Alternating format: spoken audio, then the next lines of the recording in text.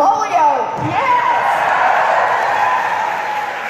So here it is, a gorgeous day outside. There's good food, lots of fun things to do. Saturday afternoon, you know, we're not going to have too many more beautiful days like this. And yet, you came inside to talk about policy and politics. I love being from Massachusetts.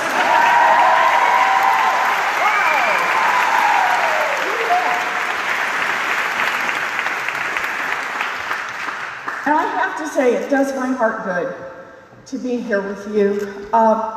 It's been a hard week. And, you know, everyone's talking about it, but there are a couple of things I just want to talk about, just kind of talk about right here at the top, and then we'll get to as many questions as we can. But I want to start out to talk just for a minute about the disrespect on Thursday morning. Just disrespect.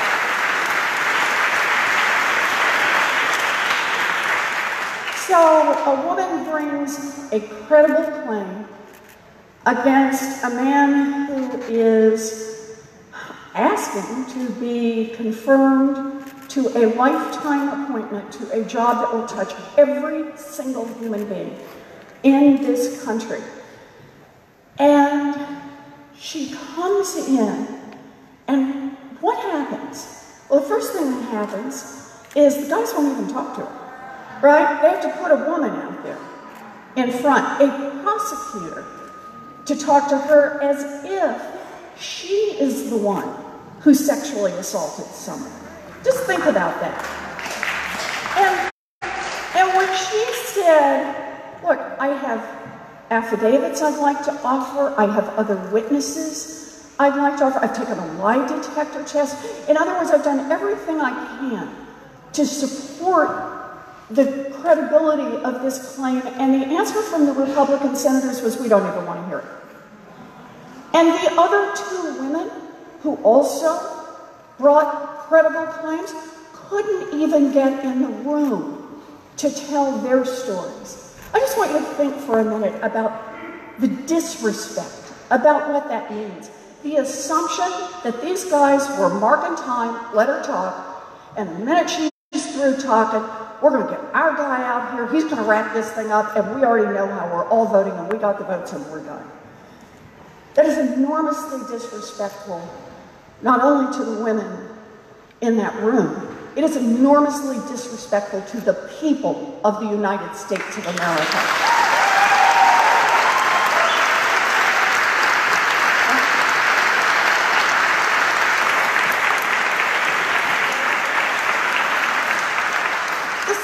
That struck me about that hearing all day on Thursday was anger. It struck me that here is Brett Kavanaugh, who acted a lot like he thought he was entitled to this seat, and angry that someone would want to ask hard questions, angry that someone would cross-examine, because as he said, he had been captain of the basketball team and made very good grades. But when he's angry, what do the commentators say? He shows how tough he is. He's back into battle. He's in the fight. I don't know if you caught it, but I noticed that Dr. Ford, she's working her way through having to relive probably what was the worst day of her life. And reliving it in this way was probably the next worst day of her life, or certainly in the top number here. She's doing her best, she's very careful, she talks about what she doesn't know, what she can't remember, but also what she's quite sure she does remember. And then finally, Chuck Grassley turns to her and says, do you need a break? And she says, will that work for you? I just want you to think about that for a minute. Here it is, one of the worst days of her life. And she's not allowed to be angry. She's not allowed to push back. She is there, once again, to say, what works for you? with deference, with courtesy. And you know, I feel like this is what's going on all around this country. It's not just women who are not entitled to be angry. Think about it, how we were raised, right? From early on. Girls aren't supposed to be angry because it makes us unattractive. Unattractive to whom? To powerful men.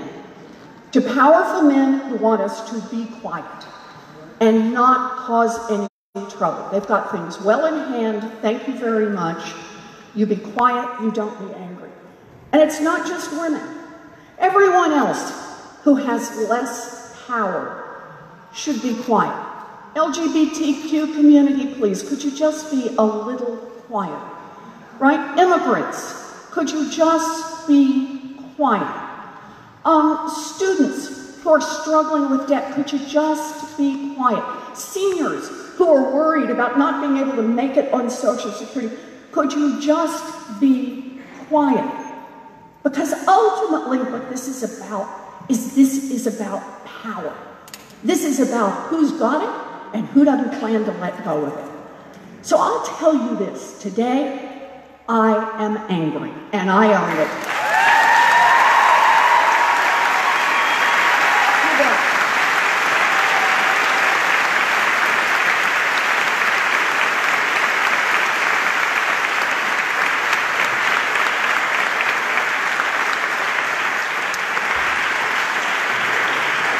I see people struggling with medical problems and watch the Trump administration as they try to roll back protection for people with pre-existing conditions and undercut Medicaid and Medicare, and yes, it makes me angry. You bet it does.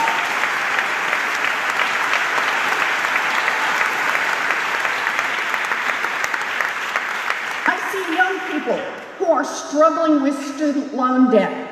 $1.5 trillion in outstanding student loan debt. Young people who can't move out of their parents' homes, young people who can't buy their own homes, start their own businesses, and a Republican administration that puts Betsy DeVos in charge so they can get cheated by student loan lenders. You bet that makes me angry.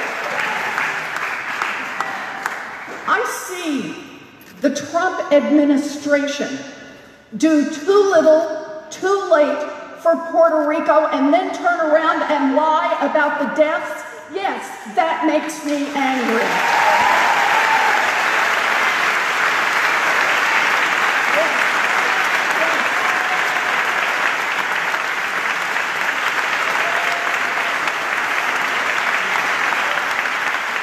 I look around and I see infrastructure crumbling, projects that haven't been built, climate change that is upon us, and we need to build some resilience. The Republicans say give away $1.5 trillion in a tax scam for billionaires and giant corporations and leave nothing to rebuild our infrastructure here in America. Yes, that makes me angry.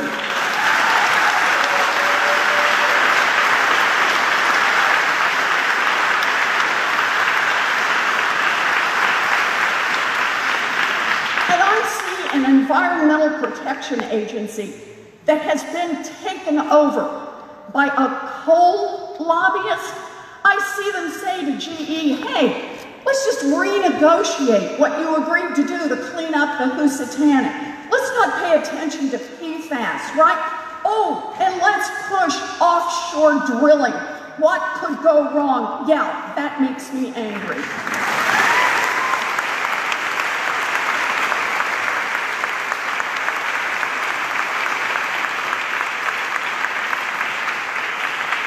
So, it makes me angry, but here's what I plan to do. I plan to use that anger. And here's how. Tick-tock, tick-tock. 38 days until the midterms.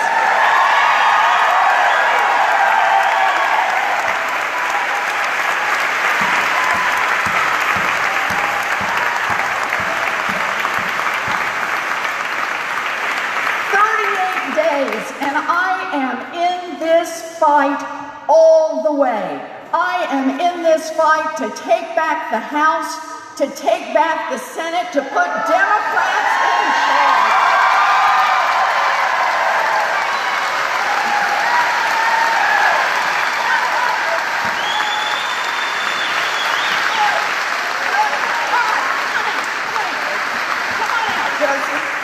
So I'll tell you what, let's do.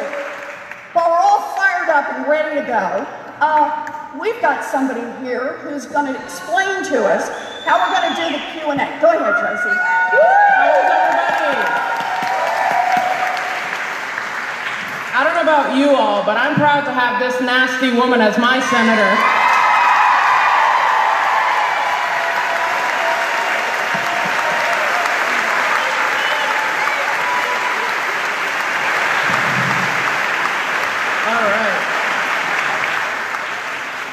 So welcome to the city of Holyoke. My name is Josie Valentine. I'm a city councilor here, so welcome to our city. And you all look so pretty from up here.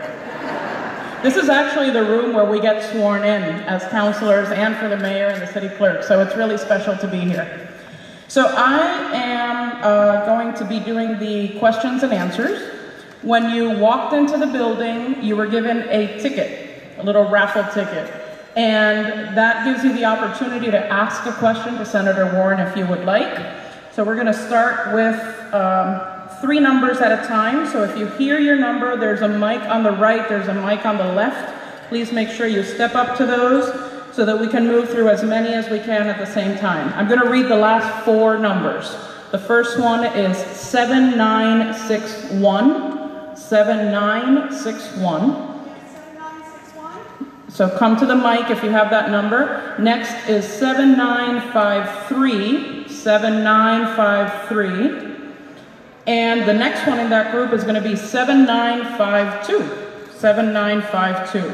So 52, 53, and 61. If you have those numbers, please come to a mic so you can ask a question. Should I keep calling numbers? Are people coming? We just have one. Why don't you call another number? All right. Some don't have numbers. Okay. Okay. Next is 7962, 7946, there we go. and 7949. So if you can come to the mic on the left or the right so that you can ask your question to Senator Warren. Great. I think we got some. Okay, let's great. get started. Good. Great. Hi. My name is Julia, and I'm a student at University of Massachusetts. Julia? Is that what you said? Julia. Julia. It's good to see you, Julia. And my question is just, what do we do about the men who don't believe women? I feel like all around me I'm surrounded by people who don't believe women, and the level of disrespect is just unbelievable, and I would like to hear what you think. All right. Thank you, Julia. It's a good question. So the answer is, we just got to stick together and keep speaking up. I mean, it's not going to change on its own. The time has come, and I understand this. Every victim of assault, every victim of bigotry has a right to decide when they want to speak up and how much they want to speak up. And I get that. But this is the moment where every time every person speaks up, it makes it a little bit easier. You change the world a little bit. And to me, that's what we owe each other, is we've all got to be in this one together. So I push hard, and I think it's worth talking about Dr. Ford, because that's in everyone's mind right now. I think it's important to talk about things like the disrespect, what it means to have so clearly decided before you even hear from her. So clearly, why didn't those men just cover their ears? Because that's about what they were doing.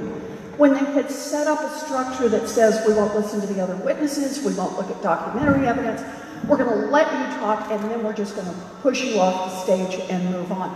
I think what we've got to do is we've got to call them out when they do that. And we've got to support people when they speak up. Dr. Ford is not alone. I'm with her. A lot of people in this room are with her, and there are a lot of people all across the country. I think that's how we make change, Joey. It's long, it's hard, but we got to do it. Thank you. Thank you. Thank you.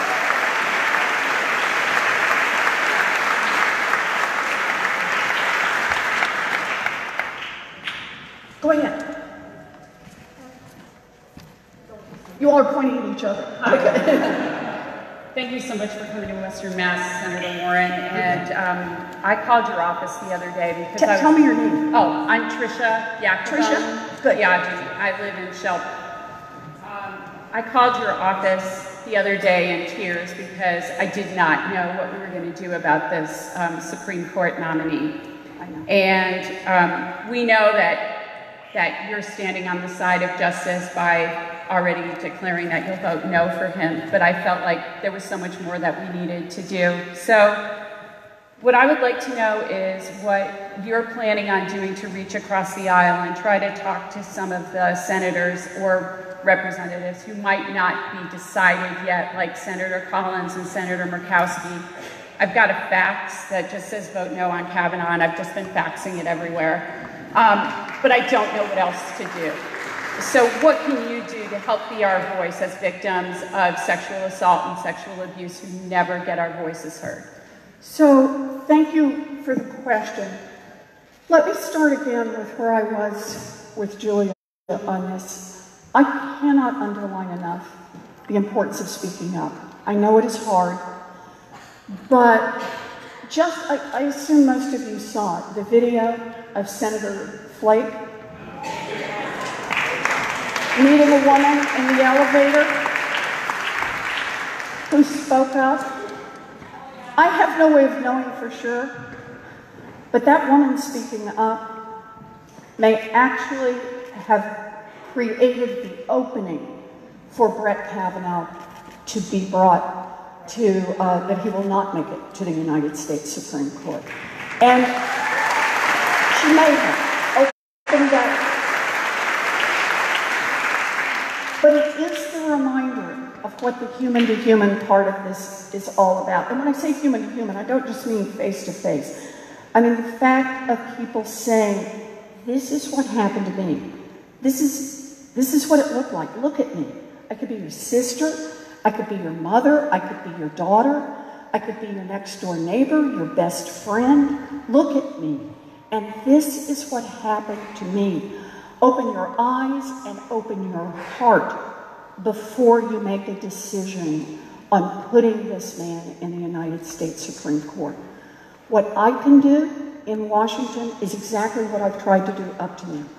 I try to reach out and talk with people who might be open, and part of what I try to do is not just talk about a whole bunch of other issues, although there are many, like the fact that there are tens of thousands of pages of documents of his time during service in the government that the Trump administration has refused to release, and Mr. Kavanaugh has not asked them to release. That has never happened before in our history. I try to talk with them about things like what it would mean to have somebody on the Supreme Court who thinks that the President of the United States is above the law. That is just people who purport to love the Constitution and want to live by the Constitution should be appalled by this. So I talk about other issues, but on this issue, it is the opportunity to say, I talk to people back home in Massachusetts. I talk to people I know and people I represent.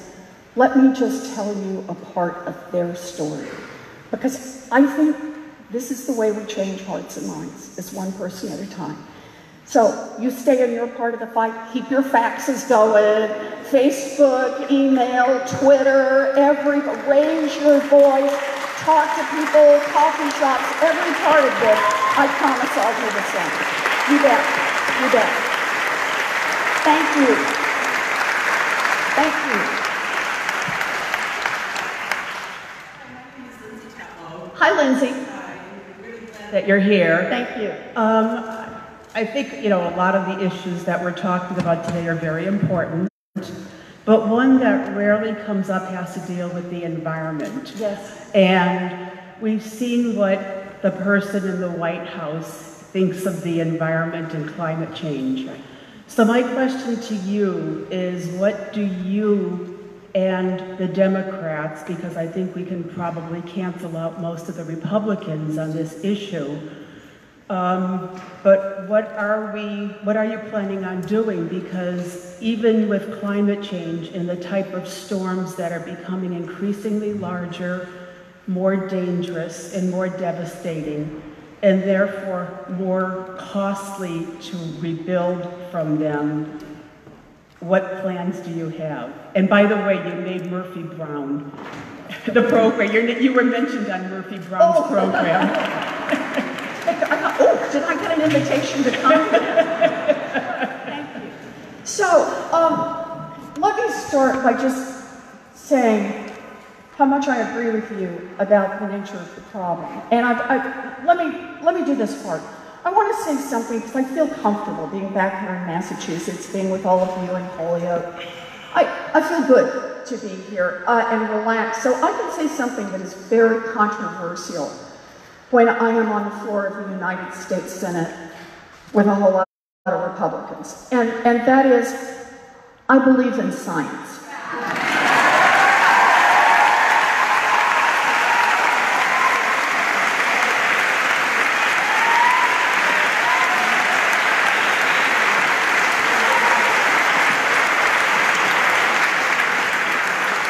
Not only do I believe in science, climate change is real. And human beings have caused it, okay? And we're there. So, and understand, I'm serious when I say it, that's very controversial. Just check the websites for the federal government, the EPA, and other of our websites, where scientific information started being removed right after Donald Trump was sworn into office. So, the question is, what do we do about it? We know the nature of the problem. Climate change is real.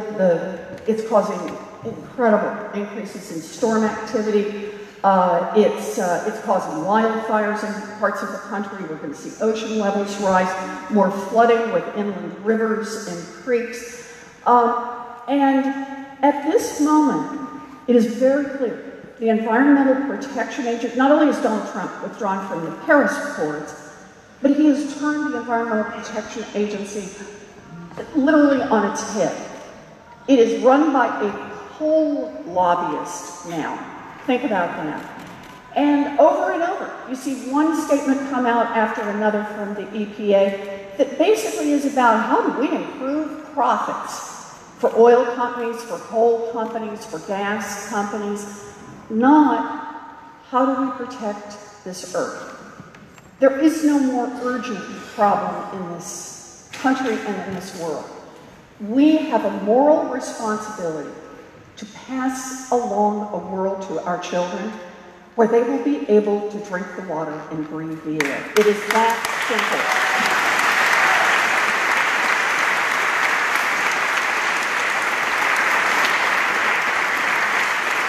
I applaud our mayors and our governors who, in a time when the federal government has turned the wrong way, are doing their best to turn in the right direction. But this is what I promise you. This is the difference. I'm going to do hard politics now between the minority and the majority.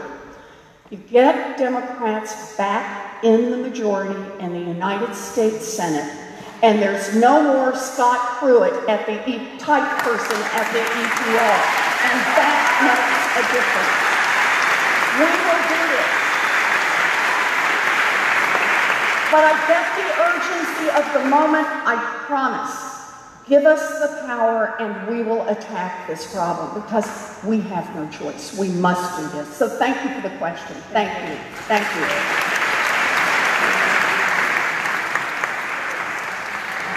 Good afternoon. My name is Willette Yarbrough Johnson. I just want to thank you for being here.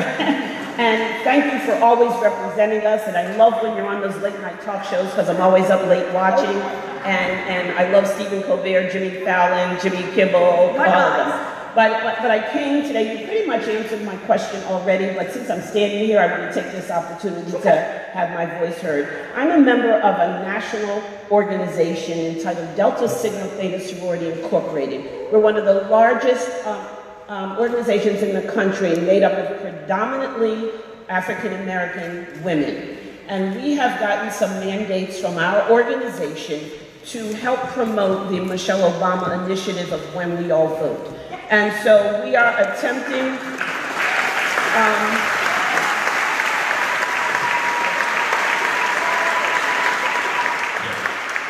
and as we talk to people and get into the community, we registered 100 students at the local high schools just last Tuesday.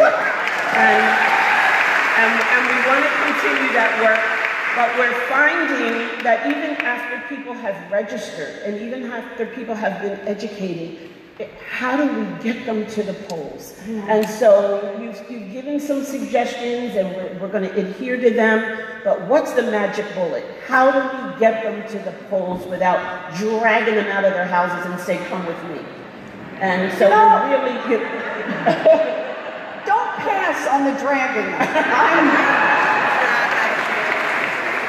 It shouldn't be your first option, but let's not take it off the table, okay?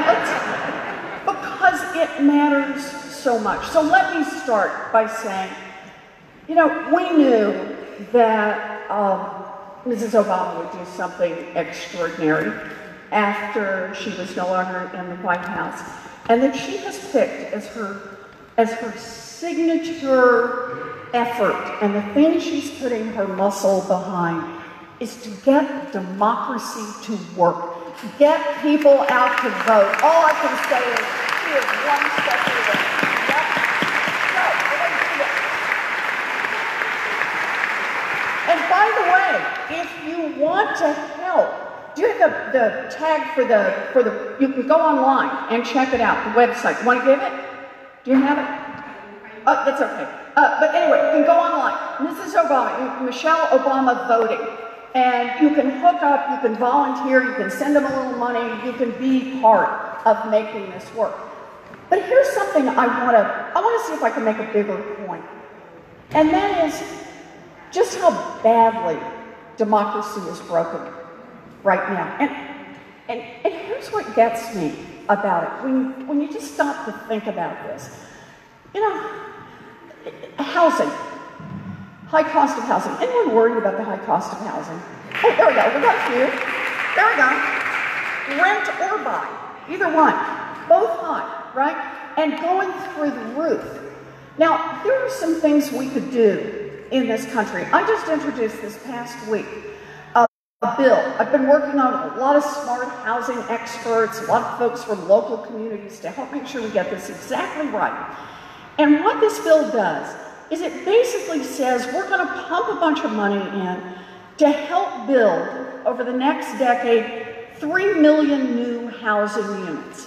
And they'll be in cities, they'll be in suburbs, they'll be in rural areas. Yeah, there'll be some in eastern Massachusetts, they'll be in western Massachusetts. They'll be where we need a bigger supply of housing. And we're going to spend some of that money really smart, to try to encourage places to update their zoning laws so that you can bring down the cost of building housing for everyone. So that's a second part of this, right? So you increase the supply, you make it cheaper to build housing over time. Critically important part of this. It's got some other features to it we can talk about, but I just wanted to start there. So think about that, 3 million new units. And by the way, independent analysis shows if we could deliver on this, it would reduce the average monthly rent by about 10%. Not bad, right?